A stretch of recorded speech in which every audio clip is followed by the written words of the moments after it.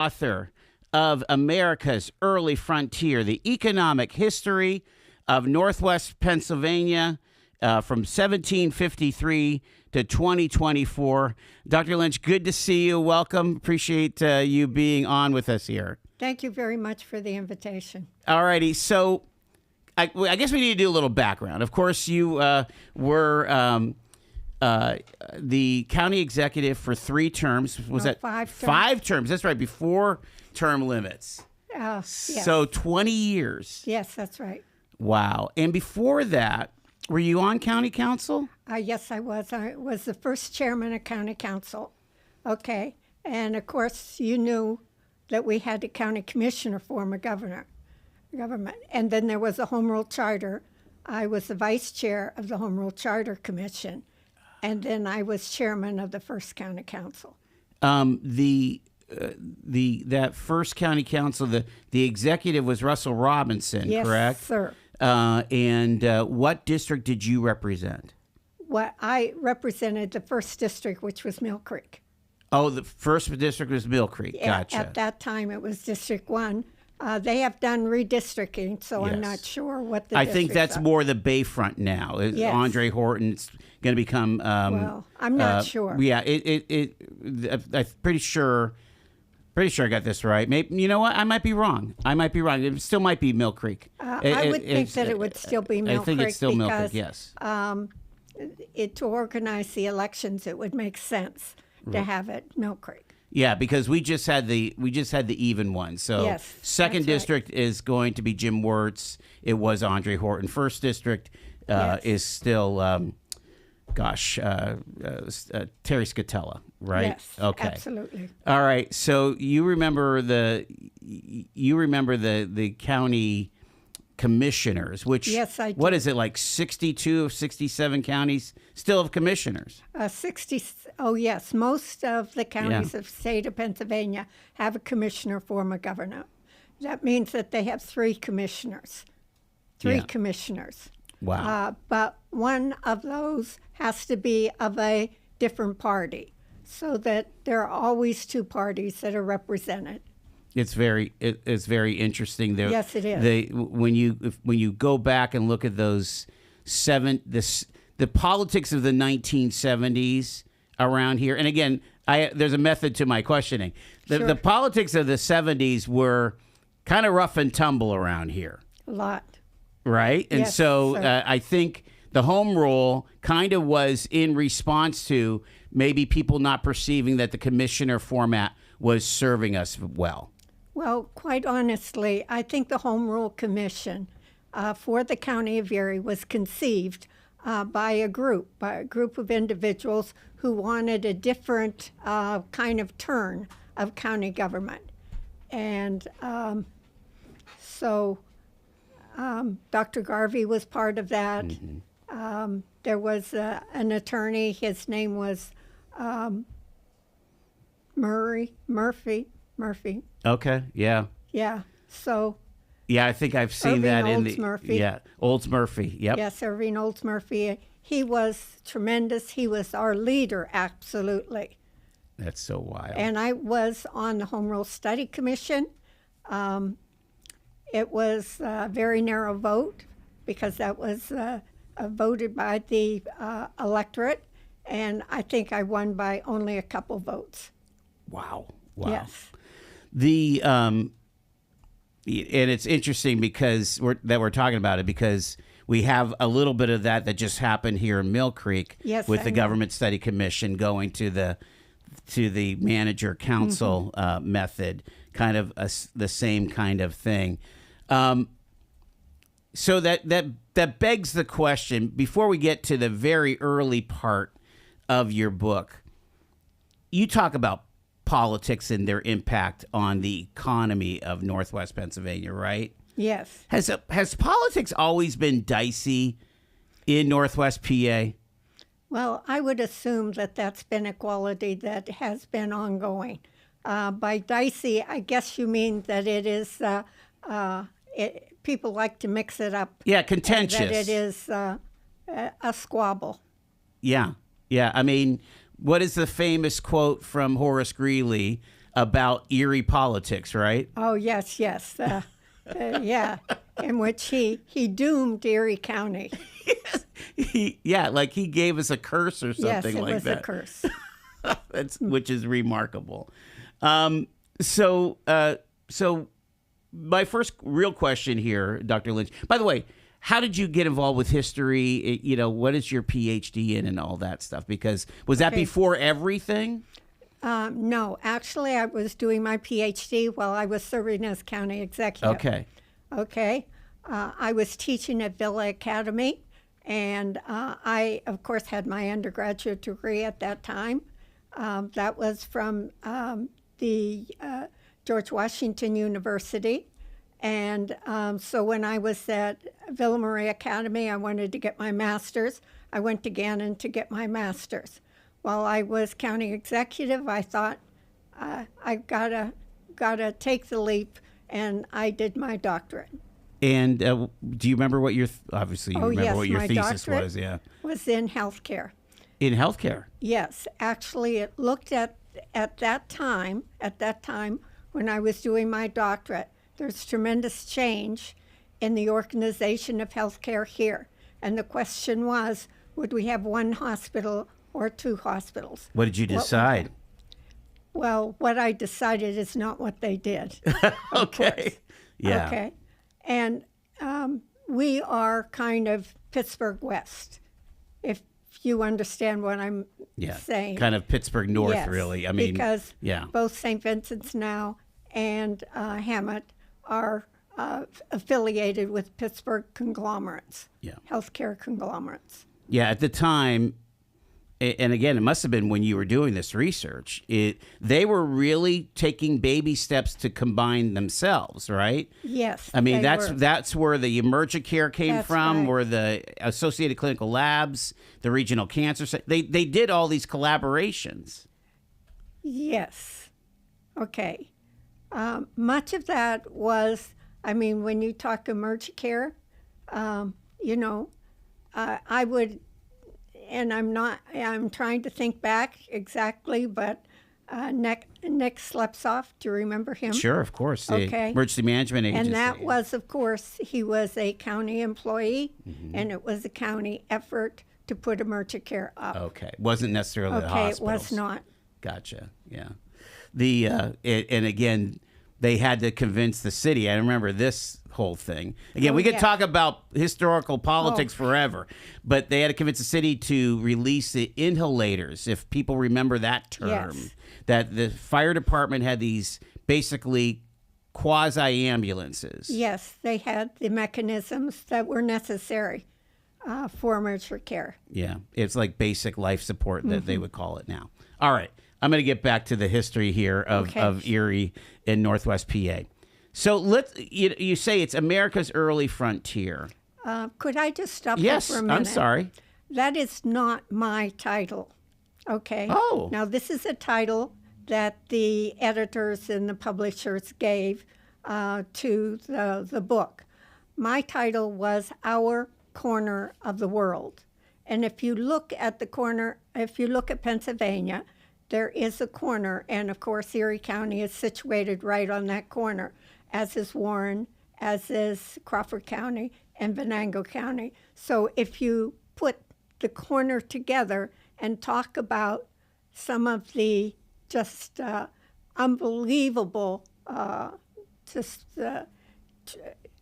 it was upheavals, economic upheavals that came our way. And in some ways, we led the world. And I think that we should appreciate the very importance of the, not just Erie County, but the Northwestern Pennsylvania history and how it has contributed. There's no doubt that we were an entire ecosystem throughout the Northwest here. And really, once you get past the Alleghenies, past the Appalachians, right, it was that kind of that new frontier, and the idea of that it took a lot for those early Yankees. I mean, the Connecticut Yankees, the people from Philly, Yes, that's it took a lot for them to come, because this was like a forested, not desolate. It was rich with resources, but it was untamed, right? Well, yes, and it was not necessarily inviting. However, what we did see is immigration, and this immigration came, I think, principally from like Massachusetts, from the northeastern states, came down through New York and into this area of northwestern Pennsylvania. So they had to have seen at the waterfront this natural harbor. Yes. That had to just be the game changer for Erie. We should appreciate, and I mean underline, absolutely appreciate the unique position that the geography of Erie County has, and of northwestern Pennsylvania. It was with the natural harbor. That is something, of course, that Dunkirk did not have, that Buffalo did not have. So, and Cleveland, of course, and Detroit, we had a natural harbor. But one of the other things I think to appreciate greatly is the fact that we are situated directly on the lake, directly at the lake's edge. Yeah, no doubt about it. So that's where the city of Erie, the community, the borough, grew. Certainly, Pennsylvania had to fight to get the Erie Triangle. It was only fair for the federal government to give us those 50 miles of lakefront for the Commonwealth, right? Yes, that's right. And so the Commonwealth did fight for that, and they were successful in getting the lakefront. Because we could have been part of Connecticut, believe it or not, because of the Western Reserve, and we won't even get into that. Early what you call pre-industrial economy, the salt trade. Can you explain that?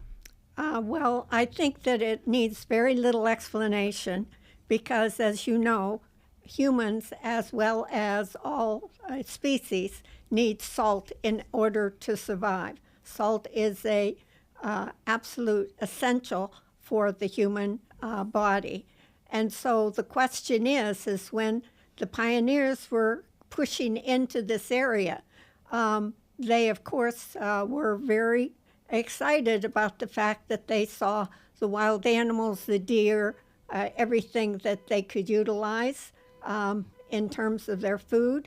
The Indians, when they were not fighting directly, were assisting the pioneers in finding edibles, nutritious type of commodities that they could eat. But salt was an essential item, and the salt came from New York. The town is like Salina. Salina, New York. Yeah. It is not directly on Lake Erie. So it's a little distance from Lake Erie. The salt had to be brought to the lake, loaded on barges, and then those barges were sent down to the East Bay front and unloaded at the East Bay front. It was probably, no doubt about it, it was our very first important trade item. There were many that followed it, but salt was one that built actually families and enriched various people and those that control the salt trade. Now, I think one more thing that I'd say about the salt trade is that even though it was unloaded at the East Bay front, and even though Erie was the growing population center, the salt actually was intended for the Pittsburgh area. I was going to say it needed to be portaged to all the way down, the French Creek, down to LaBeouf. Yes, or to Waterford, what we call Waterford. And so there was a road, a pathway, and that salt trade was an extraordinarily important item for the first economy that Erie had. Let's talk about shipbuilding again. We know about Daniel Dobbins basically knocking on the door of President Madison during the War of 1812 and saying, you need to protect the Great Lakes and you should build the ships in Erie. Was that audacious of him to do? I mean, how did we get that contract, if you will, and not Buffalo or any other place? Well, first of all, we had the harbor, and the harbor was essential in terms of building the support ships for Daniel Dobbins. So, but we didn't have the workers. We didn't have the shipwrights, right? But what happened with the war is when the United States declared the War of 1812, that kind of message went out to the Pittsburgh area, to the Buffalo area, to up and down, and people flocked into Erie in order to help build the fleet that was to take on the British. And we knew that that was coming. And so the fleet was built at the bayfront, on the bayfront. What, Cascade Creek, I think, something like that? Well, no, not Cascade Creek. It was built at the peninsula. Oh, at the peninsula. At the peninsula. Well, of course, you know. Right. Yeah. Right. But there's a marker down there. Yes. That, you know, oh my. Where the ship. Yes, absolutely. My understanding is because we had that sandbar at the channel, right? They really had to make these boats very special to do that, to get over the sandbar. But the sandbar, I think it was, according to you, did two things. It complicated the shipbuilding, but it also protected the ability to make these ships from a British attack. Yes, but the sandbar had always been, and the bay had actually always been a problem because the bay is very shallow. Yeah. And the sandbar, of course, was particularly shallow, did not allow the large ships, the warships, to come into the bay.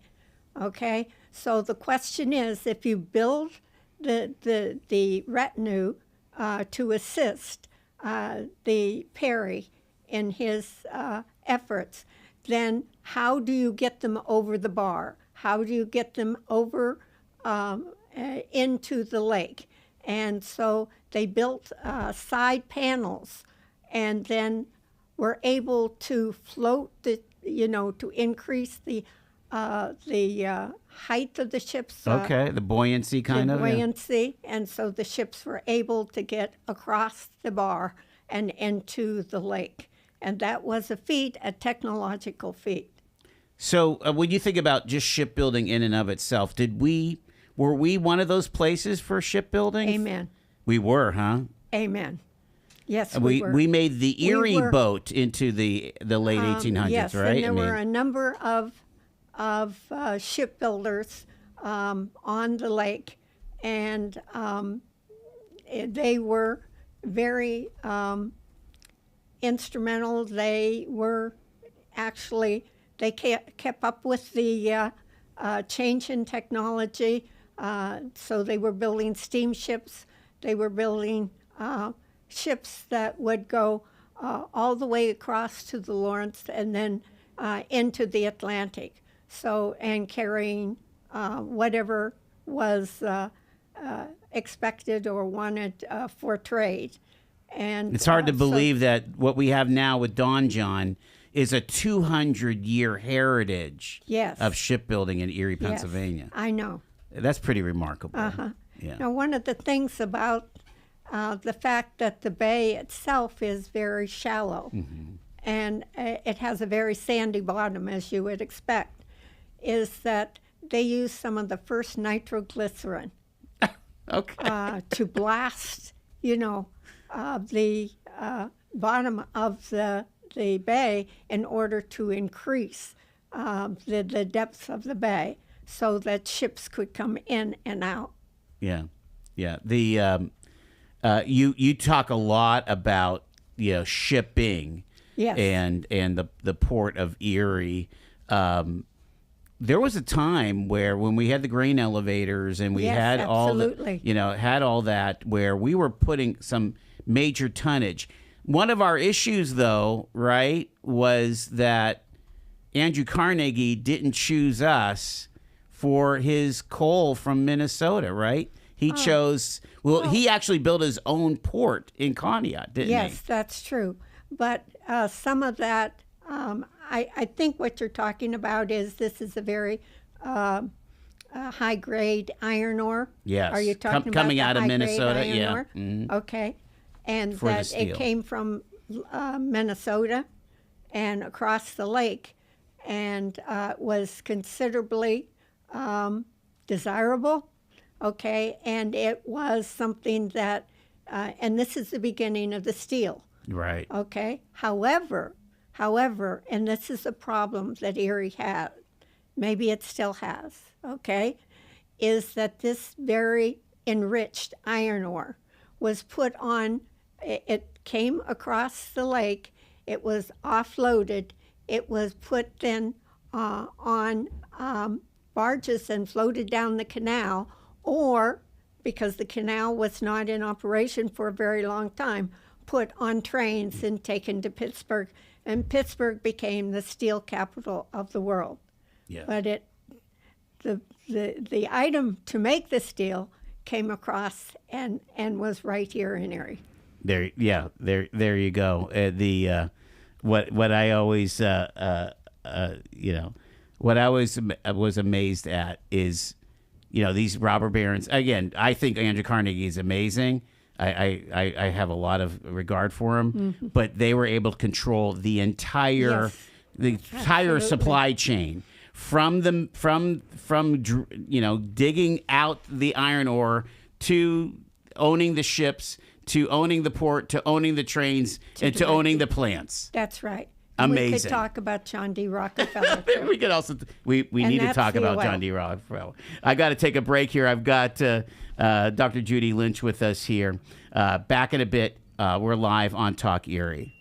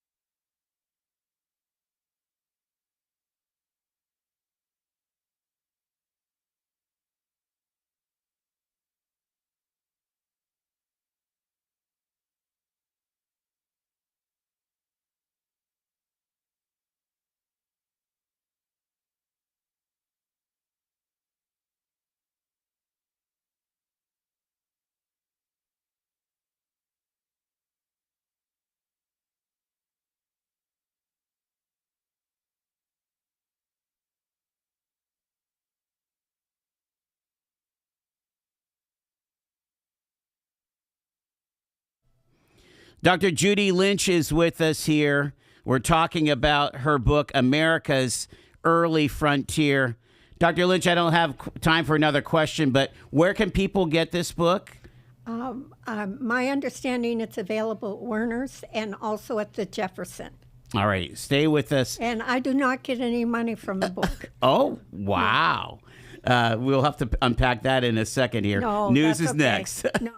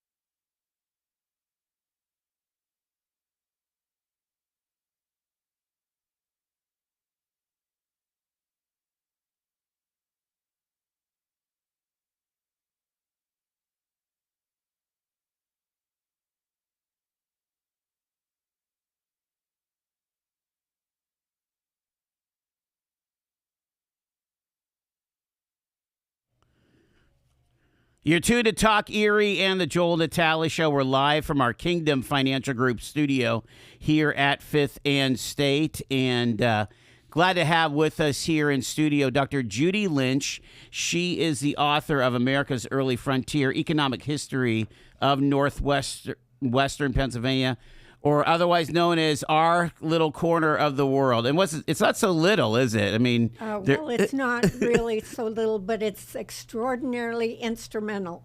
And I like to say it all started here. Yeah. It all started here with Washington, George Washington, walking up French Creek in the midwinter in December, walking up French Creek to LaBeouf. And he was the one that when he returned, he wrote a paper that was published in every newspaper, every English newspaper in the world. And in that was his description of northwestern Pennsylvania. I did not know that. That's amazing. And so it started here.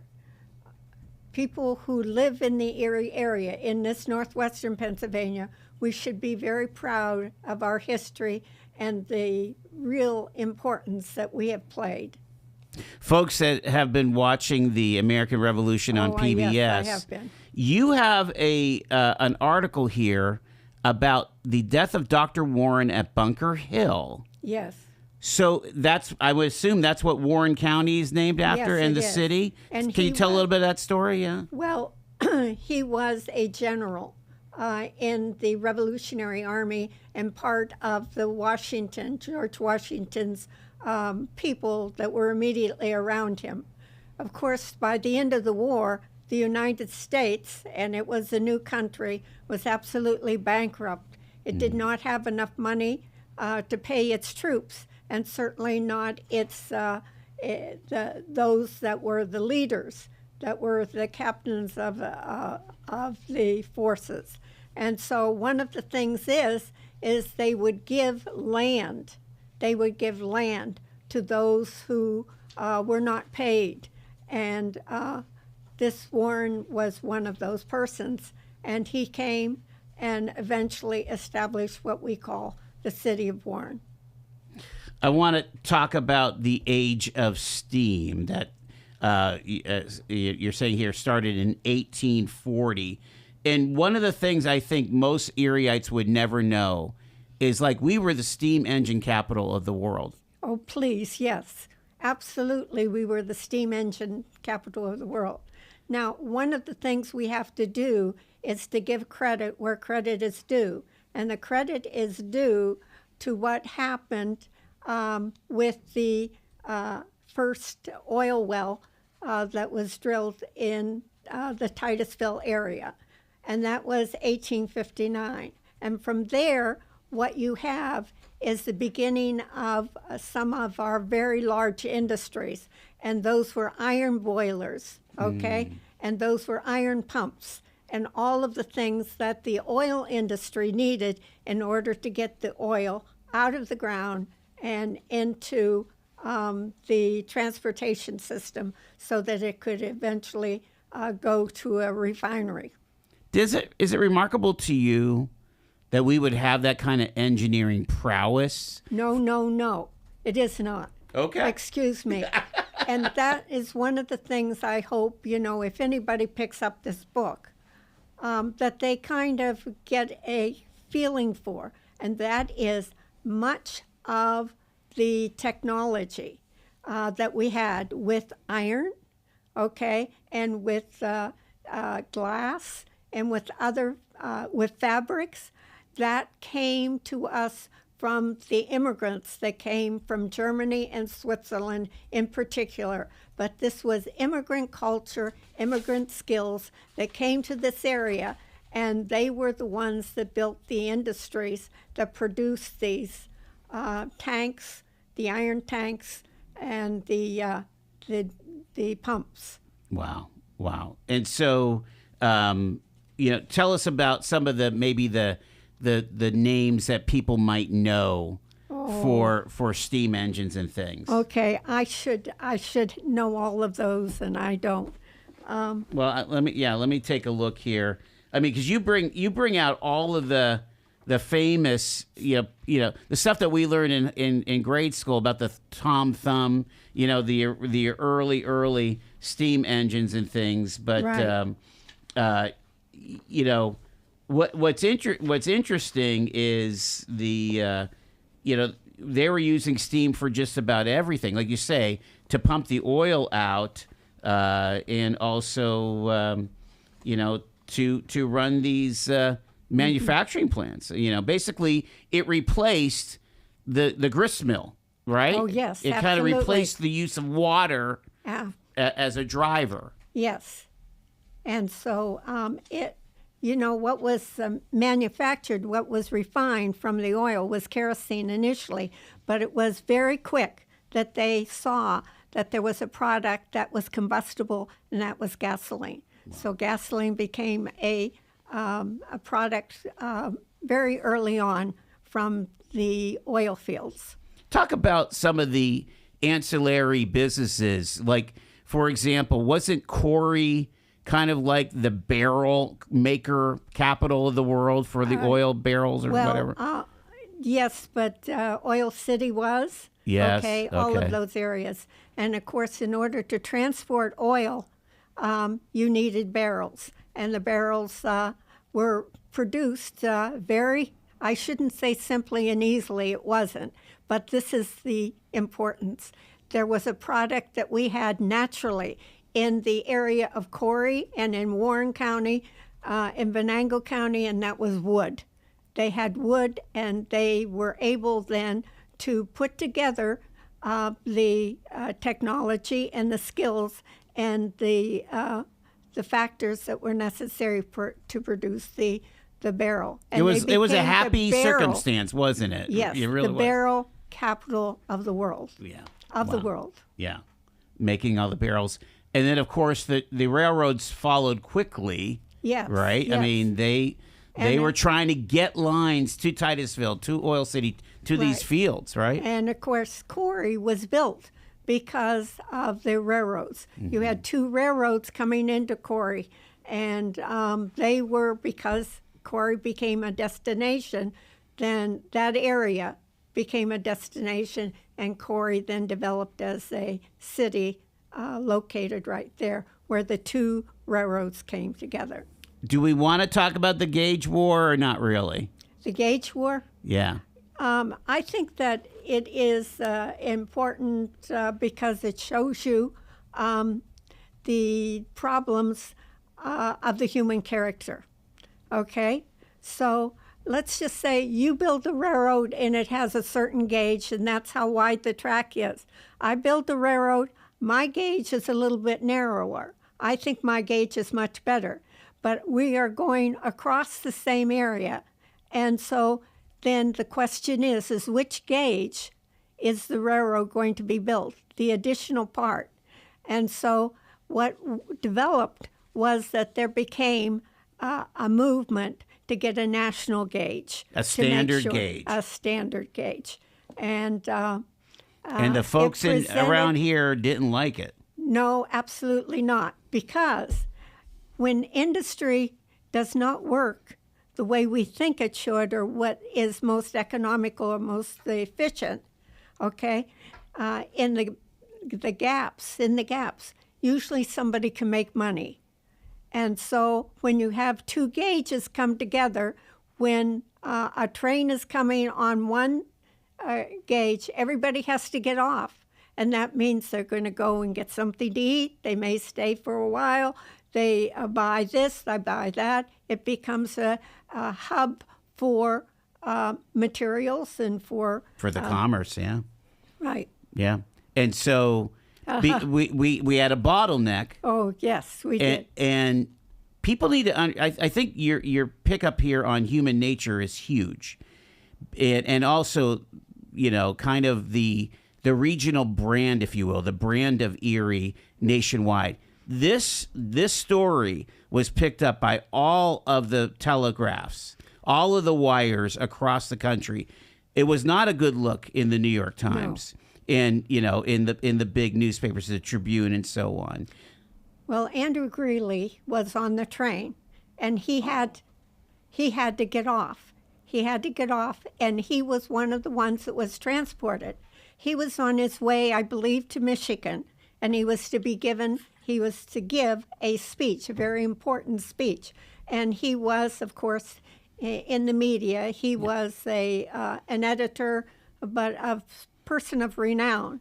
So when he was forced to get off of his train, and the delay was forced upon him, he kind of hit the switch and started to, I guess what we would say, swear, but he issued a curse on the whole city of Erie. Yeah, he talked about Erie in such a negative way. And certainly we don't want to carry that curse along. But unfortunately, sometimes in our politics, the attitudes of the gauge war people kind of creeps up here. And all right. I think before we leave the gauge war that it's important to note that it was a bifurcation of the Erie area. Yeah. Because some part of the Erie area wanted the 2 gauges to remain and wanted to insist that people get off and be transported to the next train. But other people thought that it was very inefficient and they wanted a single gauge. And so there was a gauge war in which some people were injured. You're right. And there was a lot of destruction. Bridges were burned or torn down. So that there was a problem that was caused by this difficulty with the transportation system. Well, while we're at it here, before we take another break, I want you to talk about because of our unique place, especially along the Lake Plain, we have these grapes. I mean, you have this grape co-op called Welch's. Now, this is much more recent, but really hasn't produce and things and that transport been a part of our history all those years? When I was in graduate school at Gannon, I had a teacher, and I cannot remember his name. I wish I could. And what he said is something that stayed and has stayed with me. If you look at the escarpment all along Lake Erie, what he said, that is some of the most fertile land in the world, along Lake Erie. And it was in that area that the grape vineyards were finally established. And it was a tremendous industry. It brought a lot of wealth to the Northeast area, but also there were not only grapes, but vegetables and trees and everything grown in the West County. Yeah. So the West County was also a part of that very fertile land area. Yeah. Again, we've got to remember that the Yankees from Massachusetts and Connecticut came here early. And so why would we have Concord grapes? That might be a reason, right? Well, yes. I mean, and Welch's, of course, is an international brand. We're talking to Dr. Judy Lynch. We're going to take a quick break. Back in a bit. It's Talk Erie.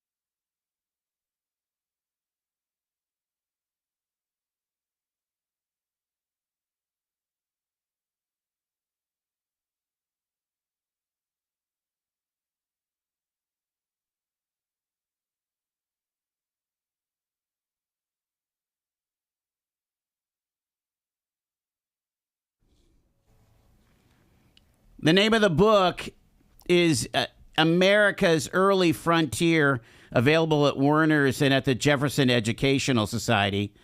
Dr. Judy Lynch is with us, and Doctor, in the remaining time that we have, and again, we're just really scratching the surface here. I want you to talk about both the kind of the innovations and the people behind them. So I was mentioning off the air, it's remarkable to me to see how much of an early adopter Erie was in some big technological change at the end of the 1800s, beginning of the 1900s. So, like, they call Buffalo the Electric City. Well, we were like right up there. We had electricity long before many other communities our size, and certainly larger. They talk about the trolleys. We were early adopters to the trolleys. We were on the forefront of a lot of those technological advances. Yes, we were. And one of the things is that almost all of them kind of ended in the same way, like in a dead end that was not necessary. So I'm just talking about now the automobile, which seems to be kind of the one of the most important inventions of the early 20th century, and certainly it dominates our culture today. Well, we had one of the first automobile makers here, and it was the automobile that was created here was kind of an upgrading of the bicycle. So if you think of a bicycle with four wheels, what we had was a very early car which had seats available and that had a remarkable look to it about a bicycle, but it certainly was able to carry people and to carry things. And it was a part of what was the bicycle factory, the Black Manufacturing Bicycle. Wow. It was one of the largest bicycle factories in the United States. So, and and then I guess one of the really fancy ones was the one that came out of Modern Tool, right? Yes. The again, like you say, upgrades, higher technology involved. Now, if you look at what happened in Crawford County with the zipper. Oh, geez. Okay. Yeah. And you had Gideon Sunback come, and he was a tremendous, he was from Switzerland. He was an immigrant. He brought his skills here, and he worked with others, okay? But eventually what they were able to do is to put together what we think of as a very simple machine, the zipper. But if you look very closely at the zipper, it is tremendously complex, because everything has to fit together and it has to be pulled up by a common lever. And this is Gideon Sunback bringing the tools and his skills from Switzerland, and then having somebody in the city of Meadville sponsor him, bring his ingenuity, his skills, and his previous experience all the way to Meadville. And then they built the first zipper factory. Wow. And this is Talon Zipper. Now, Meadville is called the city in which there never was a recession. The recession never came. So, because Meadville did not experience the great dearth of jobs that the other areas of the United States did. Amazing. And again, also a cautionary tale about the impact of globalism, wasn't it? For Talon to kind of get beat by the global competition. But see, the point I'm trying to make is that so much of the skills were ones that were brought to this area by immigrants, and we helped to expand them, to grow them, and to cultivate them, and then to maximize their potential and what they could produce. That's also the story of the Barons, isn't it? Yes, absolutely. Absolutely. Again, they picked here because of the water, because of the wood, and to be able to bring their German, processing for paper to here. And they created Hammer. Hammer Mill was the brand, the top brand in the world. It was the nameplate. Absolutely. It's unreal. Yeah. And of course, there was a bandit.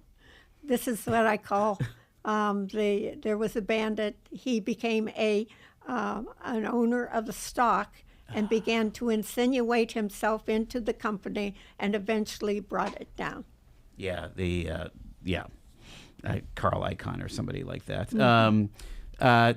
Talk about Mr. Lord. The Lord family was a family that was here very early in the pioneer days, and they were taking advantage of the need for pumps to pump the oil, for the tanks to hold them, for other operations to occur. And so wherever they could make a buck, in a sense, wherever there was a need, wherever they could draw the technology, they were able to do it. And they became one of the richest families in the whole area. Wow. And again, some of these names still exist. The Reed Manufacturing, yes, absolutely. You think about Bucyrus Erie building the Panama Canal. I mean, it's unreal. It is totally unreal. But again, I love to see that picture of Teddy Roosevelt on the conveyance, and he's right up there at the top, and it says Bucyrus Erie. Unbelievable. I appreciate you taking the time. You made your way here before Thanksgiving. Would you come back after the holidays, after it warms back up, and we can maybe dig into some of these stories? I want to hear your favorite stories from the book, because I'm sure you have quite a few of them. I have a very big concern. Yeah. And I would like to have an opportunity, if I could just take a minute. Yes, go ahead. Okay. As I said before, Erie and the associated area, northwestern Pennsylvania, are located in one of the greatest technological advantaged areas of the world, right on the Great Lakes, with the bay, a natural bay. And one of the things is that lake is so critical and has been so critical to the history and the technology and the productivity of this area. And so I just want to call attention of the public to the fact that we must guard the water. We have 20% of the fresh water of the world here in the Great Lakes, and it is such a tremendous advantage. We need to know that we are doing everything we can to keep it as pure as possible and to keep it in a position, a quality where it can be used by humans as well as other species. You don't spoil your blessing. No. Dr. Judy Lynch, thank you so much. I appreciate you sharing that all with us here.